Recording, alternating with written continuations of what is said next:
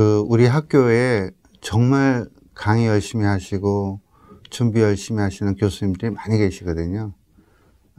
그분들에 비해서 제가 특별히 강의를 잘했다고 생각하지 않는데 이렇게 상을 받게 돼서 굉장히 외람된 마음이 우선 좀 들고요. 근데 이 상을 받으면서 저한테는 좀 더 잘 가르치라고 하는 격려의 의미가 좀 담겨 있다고 생각이 되고요. 개인적으로는 제가 지금 하고 있는 강의가 학생들한테 얼마나 효과적으로 전달되고 있는지 스스로를 한번 되돌아보는 좋은 계기가 됐다고 생각합니다. 강의를 할 때 학생들이 전공을 하는 학생들도 있지만 전공하지 않은 학생들이 많기 때문에 또 외국인들도 있고요. 그래서 가급적이면 학생들의 눈높이를 맞추려고 해요. 그래서 강의 처음에는 제가 일방적으로 강의 실러버스를 만들어서 하는 것보다는 첫 시간은 학생들하고 좀 깊이 상의를 하고 토론하고 관심이 뭔지를 가지고 그것을 강의 내용에 담아서 실러버스를 새로 만드는, 아주 신속하게 새로 만들고 새로운 요구를 담는 그런 시도를 좀 해봤고요. 두 번째는 요새가 아무래도 융복합 시대 이렇게 돼 있으니까 중국이라고 하는 그 학문을 통해서, 중국 연구라는 학문을 통해서 어떤 형태의 융복합이 실생활에서 잘 적용될 수 있을까? 그런 것을 좀 창의적으로 사고하고, 그래서 학생들한테는 가끔 미술관에 갔다 온 숙제도 내주고, 음악회를 갔다 온 숙제도 내주고 하는데, 그게 중국이랑 처음에는 무슨 연관이 있을까 생각하다가도, 결국 이렇게 융합되고 복합되는 학문으로서의 중국이 있을 수 있겠구나 하는 것들을 조금 새로운 문제의식을 심어주려고 나름대로는 노력을 했다고 생각이 되고요. 학문이라고 하는 것이 기본적으로 학생들한테는 우리가 물어서 가르쳐 주는 것이 아니라 배워서 묻는다고 하는 것이 학문이라고 하는 그런 뜻을 살려서 학생들이 공부를 하면서 어떻게 질문할 것인가, 세계에 대해서 또 자신에 대해서 또 중국 문제에 대해서 그런 학문하는 기본적인 자세를 조금 관심 있게 제가 좀 교육을 할 때 주로 생각을 하고 있는 분야라고 생각이 됩니다. 그 학생들이 이제 중국이 부상하게 되니까 중국에 대한 관심들이 굉장히 늘어났어요. 그래서 정치 외교학과 학생뿐 아니라 다른 학문 분야를 공부하는 학생들도 중국에 대한 관심이 굉장히 늘어났고요. 그러니까 기본적으로는 중국 외교 정책들을 강의를 할 때 중국 외교 정책의 철학, 중국 외교 정책이 어떻게 결정되고 또 중국 외교 정책이 어떻게 투사되고 그것이 그 각국 관계에는 어떻게 영향을 미치고 그것이 한반도에 주는 의미는 무엇이고 하는 것을 가지고 기본적으로 강의를 설계를 하고 있고요. 그보다는 더 학생들이 아주 상식적이고 초보적인 질문에 이 공부가 얼마나 효과적으로 해답할 수 있겠는가 하는 것에 강의에 좀 초점을 맞추고 있습니다. 그러니까 학생들이 기본적으로는 강의를 시작할 때 조금 조를 짜서 주제를 주는데 주제는 이미 학생들이 원하는 주제보다는 선생님들이 좀 설계한 주제하고 그리고 그 주제 발표를 하는 학생들과의 학기 내내 만나서 중간 점검을 하고 있는 편이죠.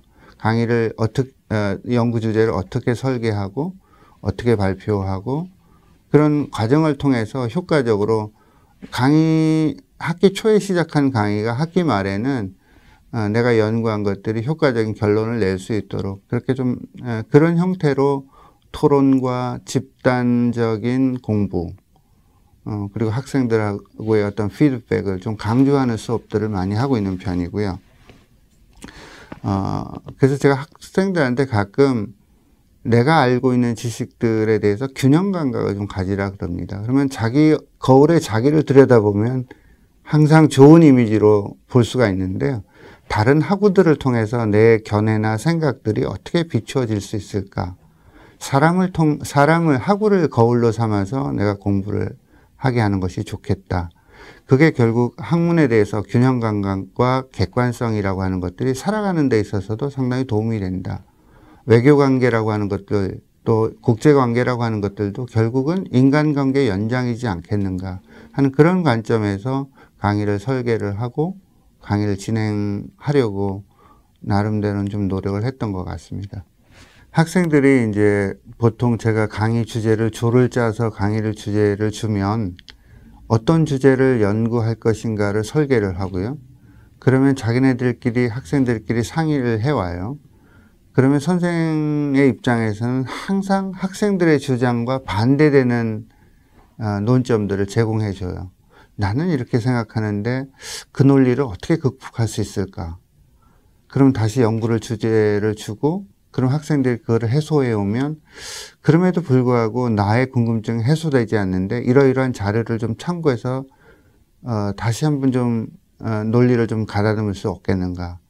또 나름대로 학생들이 굉장히 또 준비를 해오면 나는 또 전혀 다른 시각에서 이러이러한 글들을 봤는데 이것은 또 어떻게 우리가 설명할 수 있을까. 이렇게 한 학기가 가다 보면 학생들이 처음에는 아무 준비 없이 시작했지만 학기가 끝날 때는 자기만의 고유한 그 문제에 대한 브랜드를 갖게 되는 것 같았어요. 근데 그런 의미에서 수업 중간중간에 교수가 학생들을 가리킨다는 생각보다는 교수 학습 과정에 정말 능동적으로 참여하는 형태로 강의가 진행되면 학생들이 강의에 대한 어떤 참여도가 굉장히 높아지지 않을까. 그러니까 눈높이라고 하는 것들은 결국 위에서 아래로 내려다보는 것보다도 강의를 하는 교수가 학생들의 수업에 같이 참여하고 있구나 하는 인식들을 학생들한테 심어주는 것이 가장 효과적이었던 교육 방식이었던 것으로 저는 나름대로 그렇게 평가를 하고 있습니다.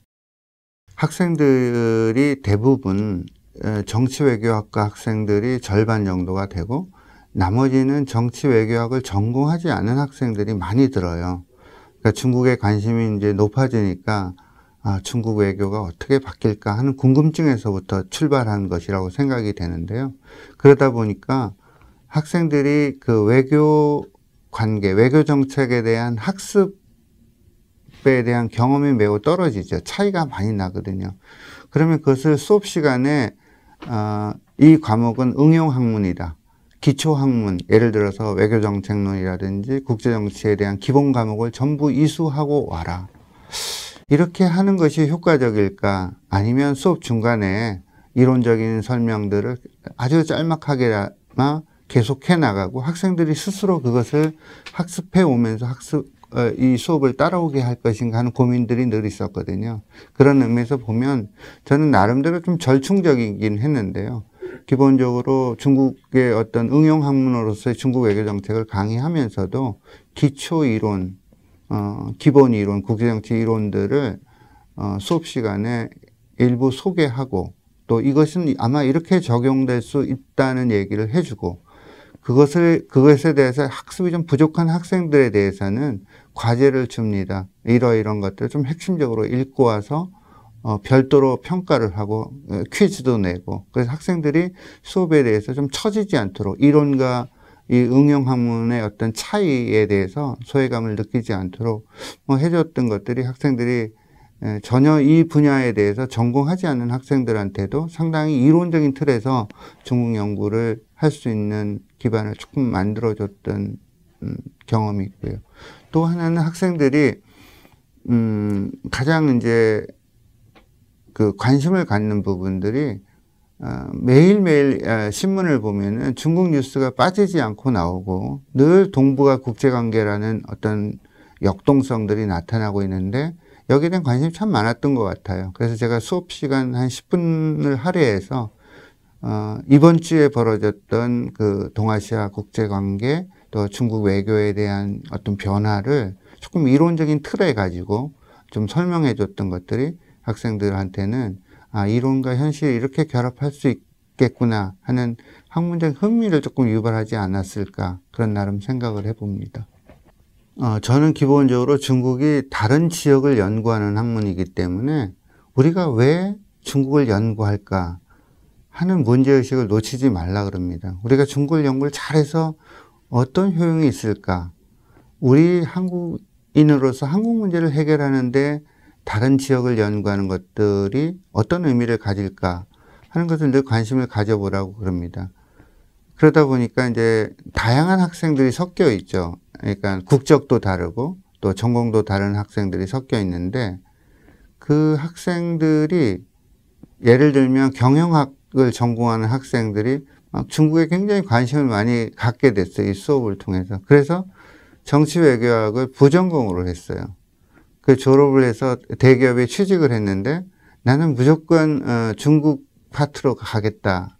이렇게 해서 결국 이 작은 수업이 대기업의 중국 전문가로 양성되는 그런 기회가 있었고요.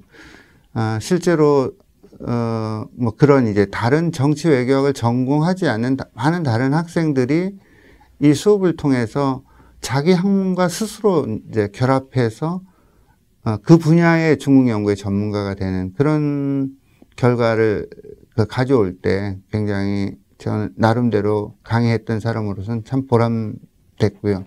또 하나는 학생들하고의 그 피드백을 졸업 이후에도 계속적으로 유지를 해 나가면서 그 감각을 조금 가질 수 있도록 해줬던 것들이 학생들이 결국 내 중국은 누군가가 언덕이 있고 후원자가 있구나 이런 생각들을 하게 되고 또 학교의 모교에 대해서 나는 항상 학문적으로 재충전할 수 있는 누군가가 있다 하는 그런 이제 학교가 사실은 언덕의 역할을 하는 건데 그런 것들을 심어준 것들이 학생들한테는 도움이 됐던 것 같고요.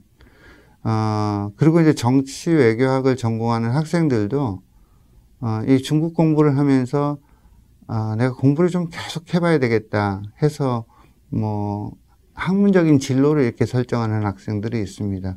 근데 공부를 하는 과정들이 굉장히 어렵다는 얘기를 계속적으로 반복해 나가면서 공부를 할 것인지 취업을 할 것인지 신중한 선택을 저는 늘 주문을 하고 있지만 그럼에도 불구하고 반드시 내가 이것은 정치 외교학도로서 뭔가를 한번 풀어가서 자기 좀 결의를 다질 때 교육은 이런 효과도 있을 수 있겠구나 하면서 보람을 많이 느끼죠.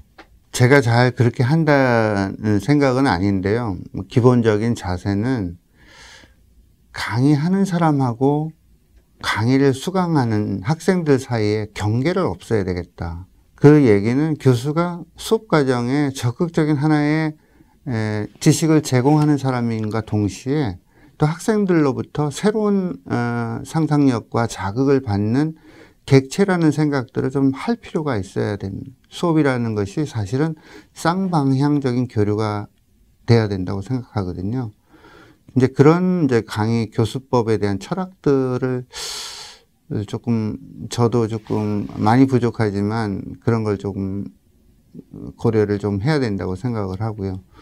두 번째는 결국 교육이라고 하는 것이 지식을 가르치는 것이 아니라 학생들이 세상을 살아나가는 데 있어서 지혜를 가르치는 그런 것이기 때문에 많은 것들을 고민하고 생각하고 상상력을 가지고 세상에 굉장히 복잡한 문제를 해결하는 과정에서 지식으로 문제를 풀어가기는 굉장히 어렵다.